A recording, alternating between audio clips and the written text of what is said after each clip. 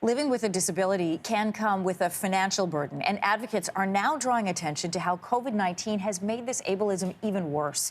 1.4 million Canadians living with disabilities live in poverty. 1.4 million.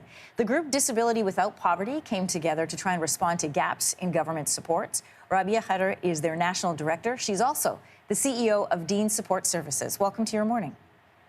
Thank you for having me. Please describe for us the unique challenges that people who live with disabilities are facing during this time of the pandemic. Essentially, it's become harder and harder. People with disabilities face barriers in our society pre-pandemic. Those barriers got exacerbated and new barriers emerged as a result of the pandemic, as a result of emergency measures.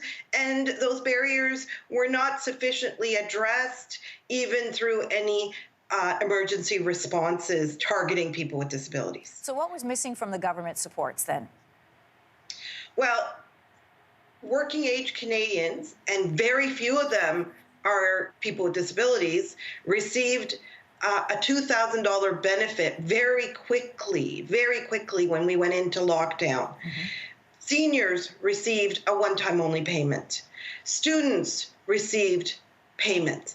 People with disabilities were, given a payment, but on the, on the eve of the new year almost, right? Like, it took several months for Parliament to approve a one-time only benefit, and it was limited to people who qualified for the disability tax credit. Some people didn't even see that $600 payment until 2021. So if you combine that with the statistic that people are also living in poverty, you've created this untenable situation. Now, the federal government has since promised to institute monthly Canada Disability Benefit. Tell us why that's needed. People with disabilities receive provincial benefits often if they're not earning sufficient income. Those provincial benefits vary from province to province. For example, in Ontario, and somebody 18 plus as an individual will receive $1,169 a month. You talked about cost of living and how, strawberries are becoming more expensive right now during the pandemic. Prices are going up, and yet people's provincial benefits are not seeing any increases. So people with disabilities are finding themselves going into deeper and deeper poverty, in fact. Your organization started a petition trying to get this fast-tracked. Where are we at in that process? Well, our petition closed last week. We gathered 17,874 signatures from Canadians coast to coast to coast. This petition will be presented in Parliament in the coming weeks. We're hoping that this, combined with the Angus Reid survey report results last year, calling on government to fast-track this benefit. In addition to that, our open letter signed by prominent Canadians, including former Lieutenant Governor David C. Onley and Senator Art Eggleton, etc., will also influence the government to fast-track this benefit.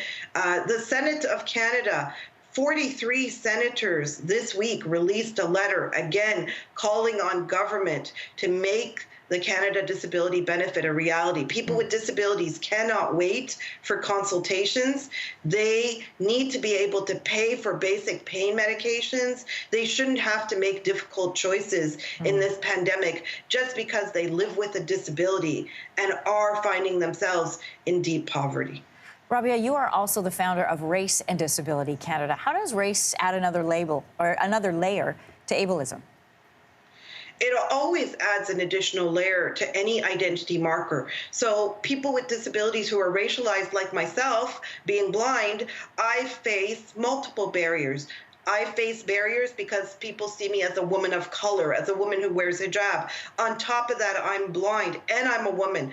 That's 4 layers of disadvantage in this society, 4 layers of discrimination that I have to battle, multiple barriers that I have to confront in order to claim my space and my voice in this society.